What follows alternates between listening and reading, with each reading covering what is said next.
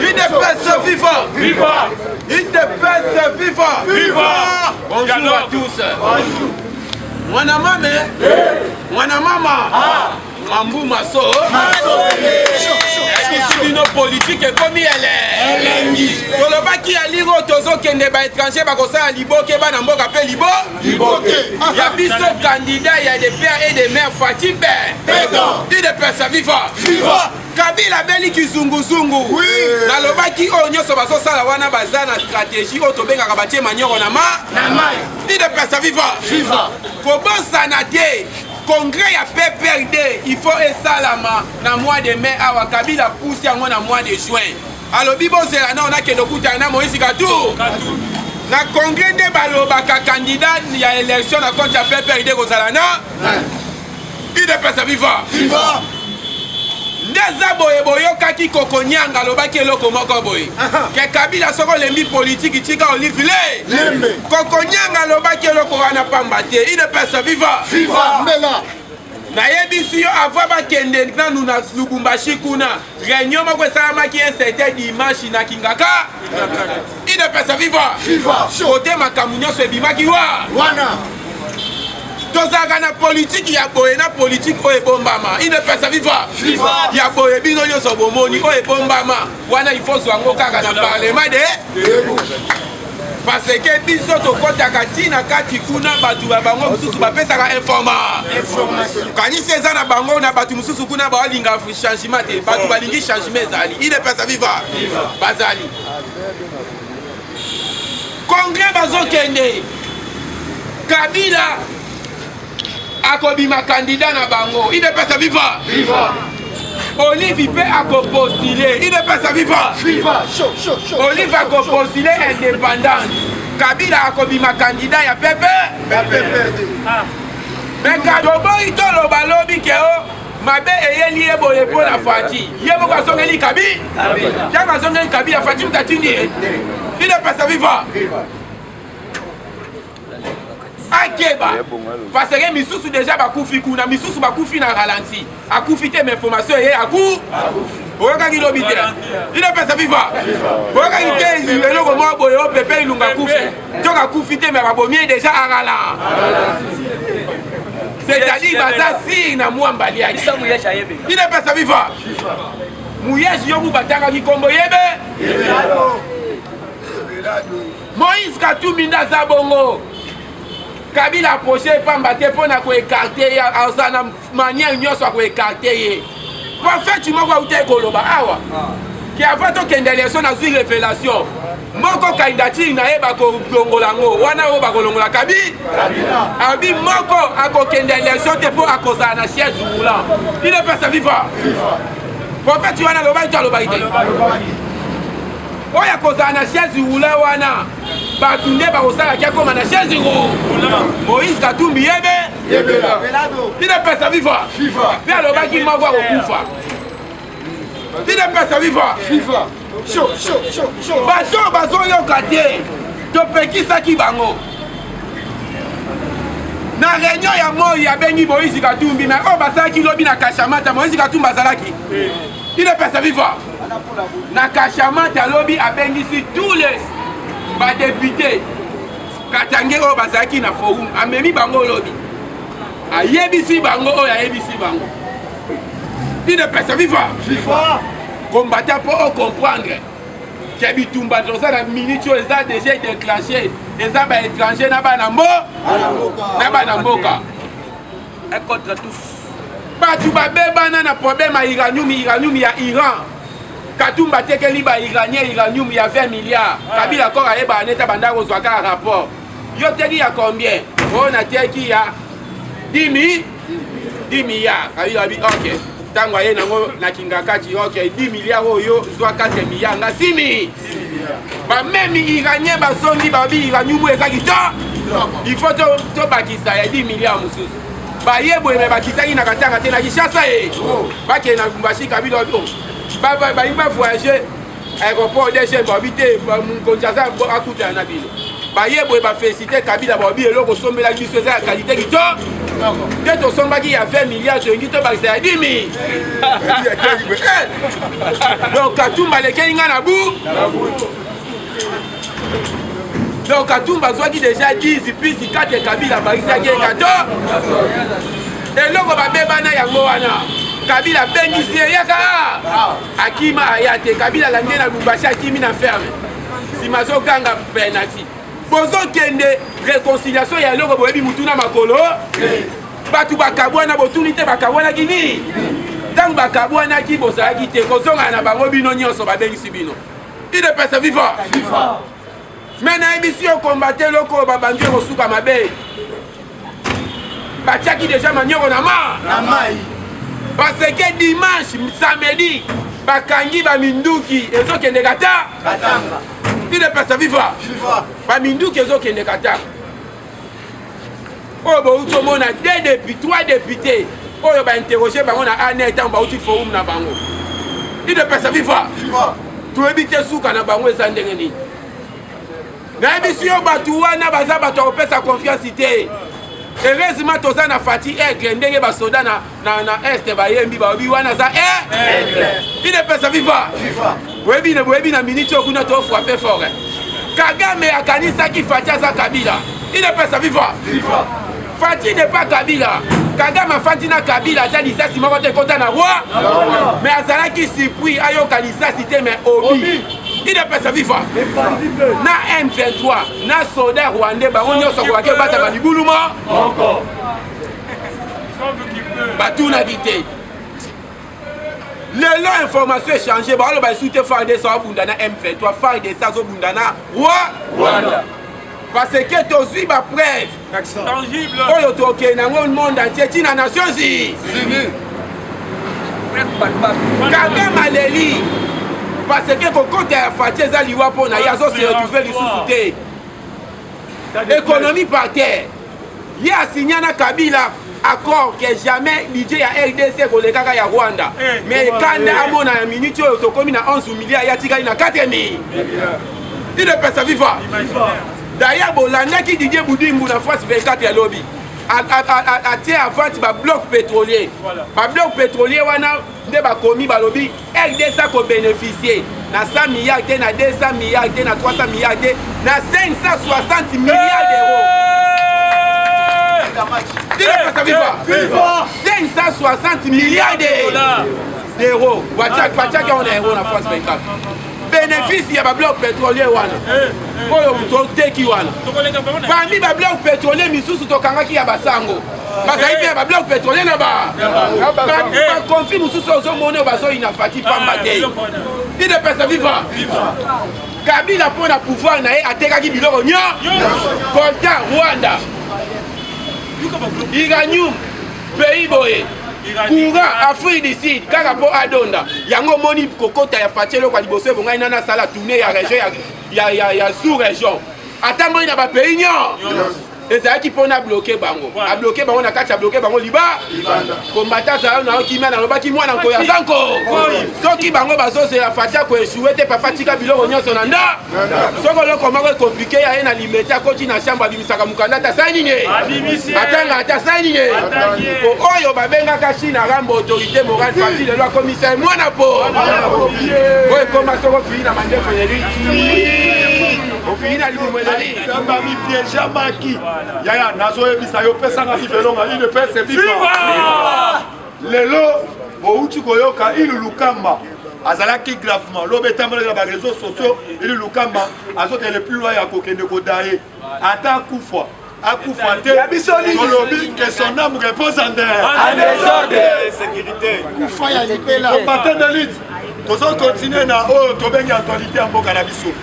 Yebe te combattant na moment où toloba na politique actuelle où tu vois na lelo na RFI parce que lisanga na bango basangana ki na Katanga il fallait basangana même na bande ko na biso ya Kasai de to mona ki basala ki conflit na bande ko wana mais bango basangani pe mais boyo ki lelo na RFI Akasaye nyonso Bobimba, bango pe bazosa sangana. Il le fait, c'est vivant.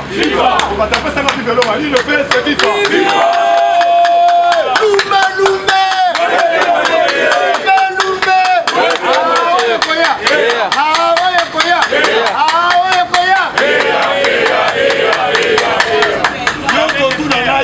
bango pe bazosangana mpo na nini parce que nasepelaka na Félix Antoine Tshilombo Tshisekedi ebele batambwisaka siloga moko meme na cité balobaki ete muluba soki azwi pouvoir bakonyata biso lokola gayasa mais toyo komona baluba oyo balobaka langage wana bato batambwisaka langage wana na population namonaka même mama Olive Lembe alekaka na média ete ya kotambwisa même langage wana komoni Félix Antoine Tshilombo Tshisekedi kokota koti na pouvoir alobaka clairement nazali présent ya bakasaye te nazali présent ya bakongole nyonso tomonaka même bato oyo batambwisaka langage wana na terrain bakomaki koloba ete botala mokonzi na bino moko baluba wangani bino mais tozali na mboka oyo mpona korécupere bavaleur ya ndenge wana te tolobaki ete à cause ya yo na ngai tosangani mpona avancement ya mboka boyo ete combattant nazoloba ndenge wana pourquoi awa ezali na bakabale moko bien monté banda renio esalemaki na katanga soki otamboli na mutuka ezali na la odage moko oyo bana mingi nazokondane mingi oyo tobengi population ya Tchango azosenga oyo tobengi na baservice ya renseignement toali na droit ya changement de mentalité ozomona chaîne moko azotelema azoloba ete biso bangala na baluba na baswahili ifale tosangana toboma baluba na 2023 yaya okoki koutilize langage moko mpona kokabola biso ezali na ntiki na biso te mais yeba ete biso bakongole tobalana tobotana moto ya koutilize langage wana tozosenga na baservice oyo esiolaka na ville ya Kinshasa soki bazorécupere moko na moko okomona ebele bakobanga boye te combattant okomonaka meme na époque oyo tobengi ya Mobutu yaya soki ozotambola na Transco na ville ya Kinshasa mingimingi soki ozokende champ ozomona langage moko elobamaka yaya okoki kosupporte jamais lelo tozoya na ntongo tokomi oyo tobengi na échangeur omoni babiso oyo batie mopanzi ya échangeur moko azotelema azoloba ete bomoni fati azokoka te azokofuta bachauffeur te tande bakreve bazotie babisi na nzela yaya soki ozangi information te batunaka yango biso tozoyebisa bino borapelaka bato oyo bazali na dringa basanga soki omoni babisi oyo batie mopanzi ya échangeur omoni na kote babisi elelaka na sirfolko nzela wana bazobongisa nzela wana parce que po babisi ekendaka malamu ezwaka bakuna nzela te mais awa omonaki balongolaki babisi ebele ekomi kolala oyo tobengi na depo ya échangeur mais omoni kongole moko ayebi yango te alobi atia bokofuta bachauffeur te tala bachauffeur bagreve bazwi babisi batie mopanzi oyo tobengi ya échangeur tozobenga na bakongole wana tozosenga na bino changement de mentalité yango tozosenga na bino combattant par rapport ya nini na mboka oyo tozwa infiltration ntina makila bainfiltre biso na makila ozomona po encourage mboka na yo ozosoutenir oyo toujours kaka mabe inepe c'est vivant combattant apesa biso bibeloga inepe c'est vivant faciba combattant de lutte yebe ete Félix Antoine Tshilombo Tshisekedi azali toujours aigle parce que l'air nayebisi bino bakasaye bazosangana par rapport ya biti nini bakasaye balobi boye oyo azali au sommet de l'état azali oyo ya biso mais soki complot na bino bokende kosangana contre Félix Tshisekedi mais boyebe ete biso mpe tozosangana mpo na conflit oyo tobengi yaka mwana sapu oyo baboma bakasaye mpe biso nyonso tozala liboke moko nsima oyo tobengi ya mwana mboka soki complot na bango ezali mabe biso mpe bakasaye so bolingi te biso mpe todemare parce po ete tolakisa bino bokoki kotia biso mosapi na lisu te toyetala mbato so bolingi yango tokona loboko likolo galama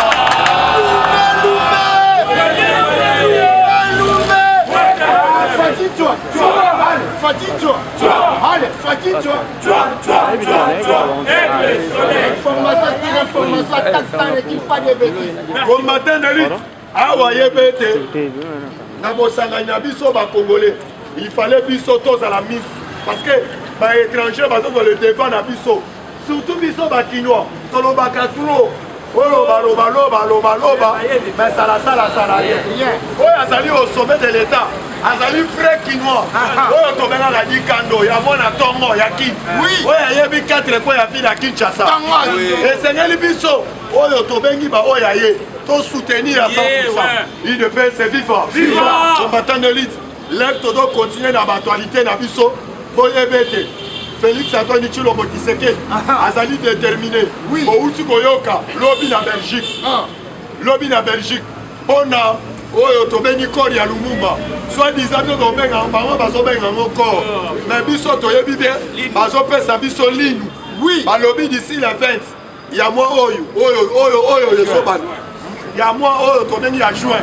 Bazozo officiellement oyo tobengi corps ya Lumumba bazopesa na famille na ye soki bapesi bakodélégé oyo tobengi premier ministre ya Belgique akouta ya Belgique ine na Kinshasa parce que yeba déjà toyebisaki bino mausolée oyo bazotonga na kati échangeur bakoexplose oyo tobengi bafoto nyonso badie nyonso ya Lumumba yaya nalobaki ete bokondana Lumumba te parce que Lumumba azwa indépendance ata bolobaka après spita oyo boyebete ntango azwaka indépendance baoyo bagéraka mboka bagéraka mabe parce que boyebete baoyo bagéraka mboka bazalaki préparé te mais c'est le moment yango biso bacongolais ntango bozomona barecette oyo Félix Antoine Tshilombo Tshisekedi mais bino bozondima te c'est le moment oyo biso bacongolais tozala pembeni ya Félix Antoine Tshilombo Tshisekedi toyede ye mpo na avancement ya mboka toyete combattant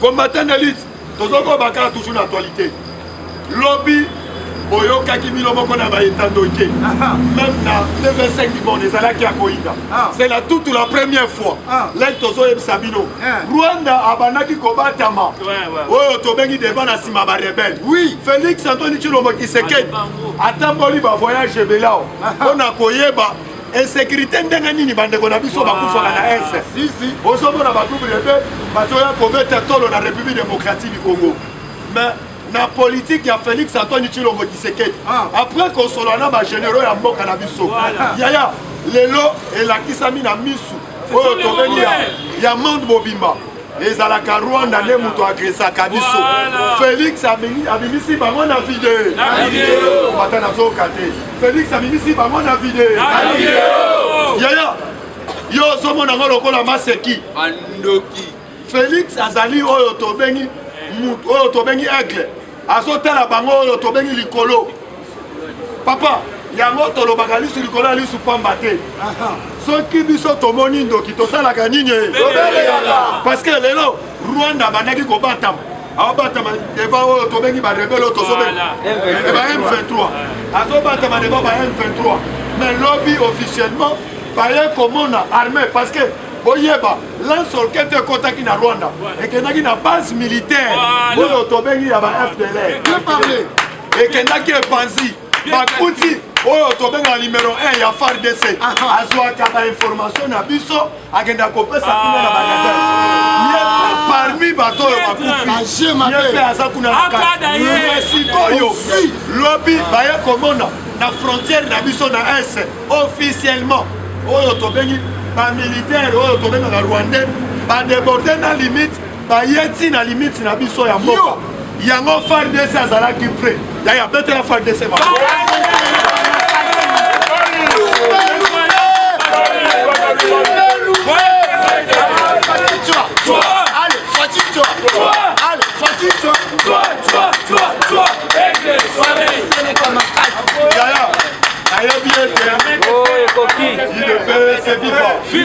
moto abanda koranga armée na biso faible ezalaki Joseph Kabila po Kabila abandaki kolinga ete babomaka bana mboka na faveur oyo tobengi ya bandeko na ye barwandais mais cette fois-ci Félix Antoine Tshilombo Tshisekedi kaka na bagénéraux wana kaka na bamilitaire moko wana armé bango oyo tobengaka armement moral lelo tozoloba na minute oyo FARDC lobi alakisi ete soki omeki okokutana na Félix Antoine Tshilombo Tshisekedi na nzela na yo yaya yango biso tolingi ndenge wana parce que depuis époque ya kala toyebi infiltration ezali na kati ya armée na biso toyebi bagénéraux ebele soki otali lolenge na bango bazali toujours kaka barwandais mais tozosenga na Félix Antoine Tshilombo Tshisekedi tozosenga changement na bagénéraux oyo tobengi ya République démocratique du Congo oyo te combattant d'élite awa tozocontinue parce que bouti koyoka awa biso tozorekrete na ministre provincial ya transport de le nazoloba awa oyo tobengi na kombo ya Mbokoso azali pire vie na ngai ya quartier ayebi ngai ndenge na koleli boye mais eloko papa na biso Mbokoso azosala biso ngai nakoki kotolere yango te par rapport ya nini soki otamboli na chaque pokwa prix ya transport bakomofuta 3000 francs lobi ngai moko na pokwa nakozonga nazomona batie transport oyo tobengi na bandeko na biso babenga transport 3000 francs bazoyebisa ngai yo na nini mazwite mati nalobi mazwite mati ndenge nini nayebi bien na information nauti kolanda na minute oyo eloko emati oyo tobengi kérosène nde moto emati yango omoni badimine meme na bavol oyo ebanda kotambola bapays mosusu mais yo koyebisa ngai mazwite emati ndenge nini yaya nazoyebisa oyo tobengi ministre na biso ya transport aluka bainspecteur atia bango na coin bato ya chako oyo bazozwa kobelelaka batransport 3000 francs biso peuple congolais il fallait to se prendre en charge boye te combattant akoki kopesa yo il peut se vivre silence dans la salle combattant d'élite combattant eloko biso tokosala boye il fallait koaider Fachi cette fois-ci semaine oyo tozobanda tokosorganize tolongoli mwa ngurupa ya bato awo tokenda bango na bare totiki bino na chaque arrêt oyo komona beleli transport 1000 francs tokamati ye tolingi ye singa ine na la police toyebisi la police soki papa biso moko foto se prendre en charge lokola kasongo azokende prendre en charge oyo tobengi ya bato ya chako te biso moko to se prendre en charge à partir oyo tobengi ya bato ya chako bato oyo bazobelela batransport oyo te combattant estce molingi yango oyo alingi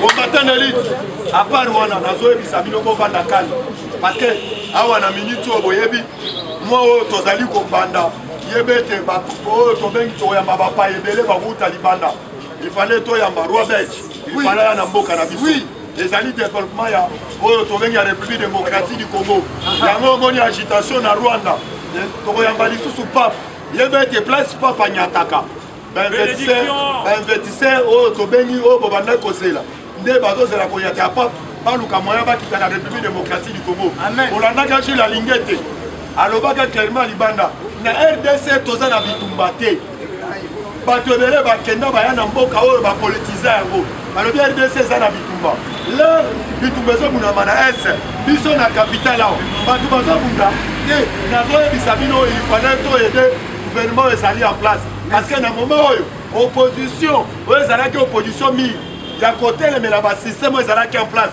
opposition bakomi kolandela intérêt personnel ya bavi na bango mais nakoyebisa yo peuple congolais biso nyonso tozala na nsima oyo tobengi ya mboka na biso mpona avancement oyo tobengi ya mboka na biso mpona lelo ngai na suki awa merci napengi chinois akota apesa biso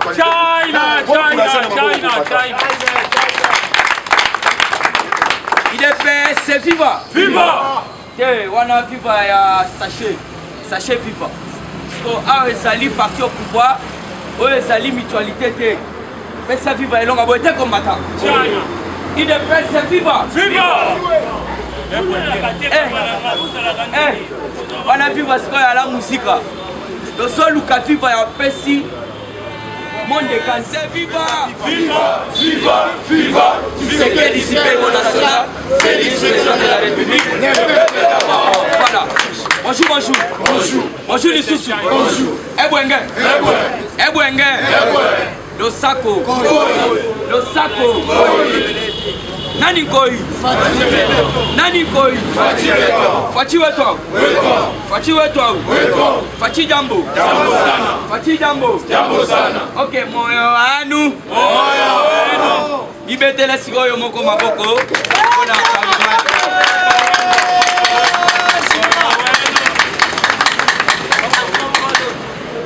tokoti na kati actualité politique actualité politique et divers tosengi na tous les combattants et combattantes il y a UDPS Papa Etienne Tshisekedi wa Mulumba ayebisaka biso eloko moko nakanga yango ti lelo nayebi ke bakulutu bali baozongisa mémoire nsima puisque bino boza bakulutu boete combattant le bozongisaka epesaka biso vakumu epesaka biso ngwasuma po tokende liboso Papa Etienne Tshisekedi nous disait toujours malgré la gravité de l'information les combattants avertis ne peuvent pas s'agiter. Bien parlé. Merci. Malgré la gravité de l'information, information à la chaos, panique totale na kati ya mboka. Sikoyo alobaki un combattant averti ne peut pas s'agiter. Yango na nazolinga na expliquer yo quelque part oyo ba point toza nango. Information liboso ezali pomoni nde ba oyo tobengi ba candidat malheureux nde bakutani awa okoyoka pourquoi Matata Mponyo a créé parti politique na ye. Parti politique ya Matata Mponyo et ali parti moko yebisa ndeko na yo ya mwasi yebisa ndeko yo ya mobali yebisa moninga akota na parti wana te et ali parti oyo ezali koluka makila ya peuple congolais parti mabe ya bandoki ibulu mabe bokoyoka peut-être apesa monsieur apesa bino signification ya parti wana mais oyo à travers un pasteur américain un pasteur oyo asali révélation et d'aider tokosenga na banganga nzambe bapaster mukuna bapaster mutombo bakabundi walesa bapaster tout et consort on atangi na on atangi te boza ebele bosala baprière ebele Matata Mponyo akoti place ya mabe. C'est l'intervention pasteur américain. Matata Mponyo akoti parti ya ba Lucifer. Awa makambo ezali ebele bokoyoka. Toswana nuo tobengi réconciliation et salami. Na lingi ngai na ba otobengi ba doyen. Ba tomayele tosala réflexion. Puisque moi j'arrive à comprendre que Pierrot Louar a l'air à l'ekaki. Alobi tosenga kanambe pardon. Toyebisi Pierrot Louar ozali liboma mune mutu atindaki yo osengele pardon et pas Kabila ezali Moïse Katumbi. Bien parlé. Il est presse viva. Jamais peuple congolais kosenga kanambe pardon. Au contraire. En aucun jour un Congolais qui se respecte, je dis bien un Congolais qui se respecte, demander pardon à un assassin, un suicidaire, un tout, un sanguinaire, ça ne peut pas se faire. Un voyou tout fait, oui, ça ne peut pas se faire. Un voleur. Puisque Moïse Katumbi dans une des émissions, ce que émission wana toko wa kelayo Moïse Katumbi baza kotuna ye tomoni 4 mois passés, on a 2000, si je ne m'abuse pas, 2016-2017. Moïse Katumbi baza kotourné par les journalistes français. Malobi tomoni, il y a 4 mois passés, M. Hippolyte Kanambe est en train de vous traiter comme un Jida. Il vous dénigre. Il était en train de vous dénigrer. Alors, est-ce que vous pouvez nous dire comment Yondongo commis Jida, Ibosso Kabila, donc Kabila Jean Jésus-Christ, Yoka Moïse Katumbi. Moïse Katumbi a lobby, Kabila doit lire bien sa Bible. Yende Jida Mounene, pourquoi Aboma ba Congolais, a sala massacre, Ebele na kati ya mboka, Aïba Moutozolo ba wanangate Moïse Katumbi. Moïse Katumbi ne Moutozolo. La TVC, merci. Moïse Katumbi a lobby Kabila, Aïbi Bisoba minéré. Kabila bomi bandeko na biso. Kabila sali massacre. Alors il doit lire bien sa Bible. Yende otobengi Jida soki aboyi tokene na population bako juger biso. Moïse Katumbi. Lelo Moïse Katumbi basangani na Kabila. Est-ce qu'il y a leki tokene malembe. Tokosenga na Katumbi. Aleka na ba chaîne oyo alekaki ademati biloko. Aye biso te tala Kabila boma bandeko na biso te, Kabila salaki guerre te, Kabila ibi ba minéré te. Est-ce que vous voyez là où on est en train d'arriver avec une bonne réflexion. Au moins de place comme une politique yango. Et Dédé, le problème il y a Kabila na Katumbi. Et c'est là qui problème individuel, et c'est là qui problème politique te. Financier. Ba iba na ki bala. Oya tindo yo teka minéré boye, oya tiki ali mbongo. Comment ça fait-il que conflit entre des individus, des étrangers, et comment il y a Katangé et comme à peine à niveau politique. Alors vous devez savoir, merci beaucoup Nabande Gonabiso al Bumbashi, auto collaborer Nabino par rapport à Banyous. Tolobo Tolobate. Source d'information sûre. Tolobo Tolobate. Ça sera bon. Tolobo Tolobate. Topanza. Topanza. Totuta. Merci na bande kona biso bakatangé toujours même moral. Ba bazana retard. Bon comme moi bobo kena biso bilili puisque to yebisi bande kona biso bakatangé. Congo ekotika la moko ekotika la jamais divisé, indivisible. Le Congo est indivisible. Et le bas même papa Mobutu. Papa moko, maman moko. To pesa kibino résolution. Résolution oyo elekaki na niveau ya Lubumbashi wana balobi na biso boye. Merci président chinois, merci président Dieu, merci ma président Dou, merci ma président, merci na batutu ndenge bopesi résolution mais boye ba ke résolution bopesi ezalaki résolution bazwaki na moi et bongo résolution o ba kei na butu bato bazana ba plan mabe mutu alobi bobelela biso tokosenga soki bakangi Kanambe te bakanga Katumbi soki bakangi batu wana mibale te batia état de siège sinon ekokoma guerre civile mais yoka révélation esali donc naza koyebisa bino bandeko na biso c'est mélancolique, c'est de la mélancolie déplorable. Omoni muluba namba sima marto na mutu mbala moko cheminer couteau alala mbala moko. C'est ça résolution ya kutu yango wana. Donc résolution wana elaki contre tribu moko nde na yango mutu apesa information alobi oui côté ya fandi abombi babandaki déjà kokoma baza deya na deux morts. Alors vous devez comprendre que résolution et salami na Katanga ezali ya butu tokoyebisa bango basangana baya ebele tokopanza bango ande chinois na kati oyo te chinois aza na raison parce que après résolution ya moi oyo esalamaki na mese lobi Kabila akutani na bango nyonso na kati ya ferme kote résolution ya butu esalami wana ata na banganga nzambe bayebi yango. Merci, Papa Filigence Mouteba, Filigence, au Salimès.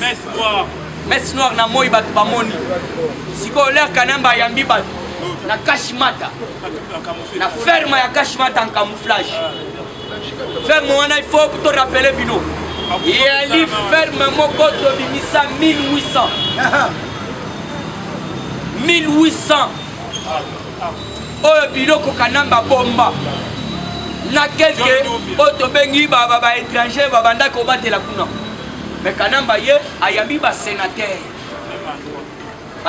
oyo bakosalela mboka ayambi bango na kashimata voire même badéputé na baministre yango tokosala na chef de l'état remaniement esalama le plus vite que possible nayebisaka bino mpo na ministre ya transport ministre ya sport Serge Konde idepese viva bato lokola baministre wana il faut bakende oui merci président ministre wana il faut akende mais ye wana akenda kokutana mpe na bakanami ministre nini ya sport match ya équipe nationale yo oza te match ezosila lelo na kati ya avion nayebisa bino atekaki match mais lelo kuna azali président asengi na ngai na chite mais yoka le premier bis Trans Academia Fati parle il réalise lobby na Ipen université à Ipen betela mu kwa ntombolo bango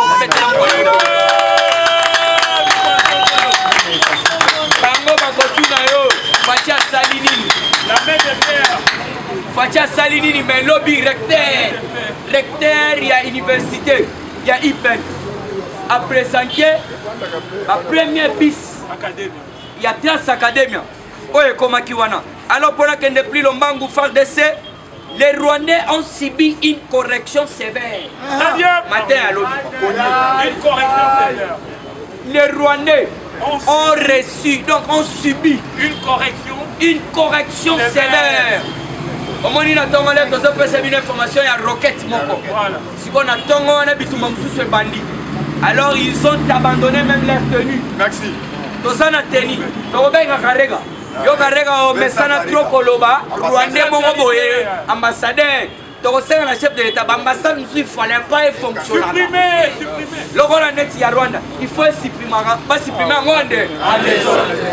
Karega ya. Tola kisaye ba arme. Ce sont des preuves tangibles. Les preuves qui attestent que il s'agissait d'une agression rwandaise par le militaire rwandais RDF et matériel Yoka Balobiboy. Et ça là qui agression et ça là qui était M23 puisque M23 basi là depuis car. Donc Tobanda armée na biso et fa de ça banda ko bundande na armée rwandaise.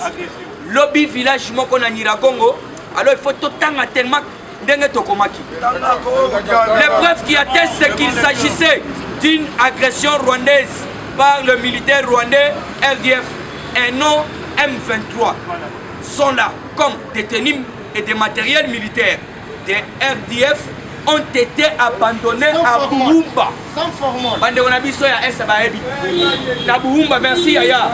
Na Buhumba wana eza na territoire na ya Nyiragongo. Donc inaza ko Sabino de bake kokuta ba matériel donc ba su moto belé. Les moto frappe eleki bakimi batiki bateni. Batiki bateni ya Rwanda. Batiki ba arme. Batiki balance roquette na bango tout la mwisi yaza.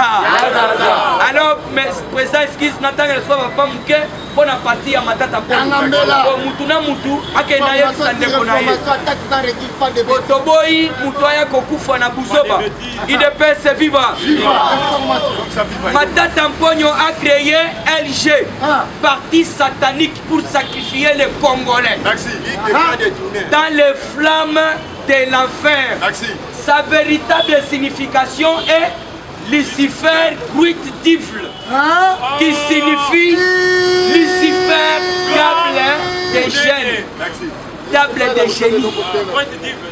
Voilà, merci papa Azana. Donc anglais. Voilà, Yangwana. Lucifer Gruit Tifle, grand démon. De côté Martin frère, nani Matata Poyo Bakei. Matata Poyo Basangani. Nam Oto Bengi. Monsieur Matiti, mais Boyoki, aussi dans le lobby matinée de vérité. Bientôt matinée de vérité. Merci. Alors vous devez comprendre, non, expliquer bien tellement ébellé. Donc il y a la vraie définition. Il y a parti, il y a Mata Tamponio. LGD, cela veut dire Lucifer, donc ça veut dire grand démon, grand diable. Alors on va continuer à le biboyer. C'est une révélation d'un grand pasteur baptiste américain, David Alexandre Bloch. Vous comprenez de Tokomi. Mata Tamponio en complicité avec la présidente du temple satanique de Détroit pour sacrifier des masses de plus de 5 millions d'âmes congolais, promis par LDG de Mata Tamponio aux flammes de l'enfer. Parce que tous les adhérents congolais à LGD s'offrent gratuitement en sacrifice. Donc on devait le faire. Eshima, votre magazine qui bat au rythme de l'actualité. Une réponse à vos besoins en information, un éclairage dans divers domaines. Impartial, documenté, instructif. Eshima au cœur de l'info. Retrouvez la nouvelle édition.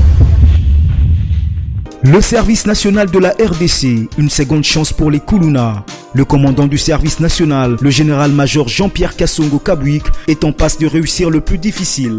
La conversion des délinquants juvéniles appelés Kuluna en bâtisseurs de la République. Jean-Pierre Kassongo Kabouik a réalisé des avancées notables à la tête de ce service qu'il occupe depuis juillet 2018. Ce jeune délinquant, presque indomptable dans les rues de Kinshasa, ont finalement été maîtrisés au centre pilote de Kanyama KCC. À ce jour, ils sont endoctrinés et formés à rendre service à la nation, à devenir utiles pour le pays. Au total, 2000 anciens Kuluna devenus aujourd'hui bâtisseurs ont perçu leur premier salaire après une période de 14 mois de formation dans plusieurs domaines, notamment la maçonnerie, la menuiserie et autres.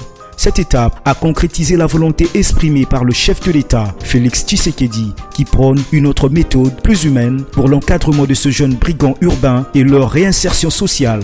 Cela à travers la formation pour servir de main-d'œuvre au profit de la République démocratique du Congo. Dans un long entretien accordé à Eshima Magazine, le général-major Jean-Pierre Kassongo Kabouik explique le retour 4 ans après de la production agricole à Kanyama KCC. Dans cette interview exclusive, le commandant du service national égrène les réalisations de cette structure qui revient d'une longue léthargie. Il évoque l'expérience des cantines militaires et policières et révèle que son service paramilitaire mettra bientôt ses cantines à la disposition du campus universitaire en faveur des étudiants. Focus. L'équipe Mwakadi fait exploser le compteur. La DGI dépasse 200% des recettes fiscales au mois d'avril 2022, soit le triple réalisé en avril 2021. Une performance historique jamais réalisée au sein de cette régie financière. À lire également, les FARDC progressent de 5 places au monde selon le classement établi par Global Power. Analyse de l'état de siège décrété depuis 1 an dans les provinces de l'Ituri et du Nord Kivu. Découvrez également plusieurs autres sujets à lire dans ce nouveau numéro. Retrouvez l'intégralité du magazine Eshima dans les kiosques. Eshima Magazine, un nouveau standard d'information.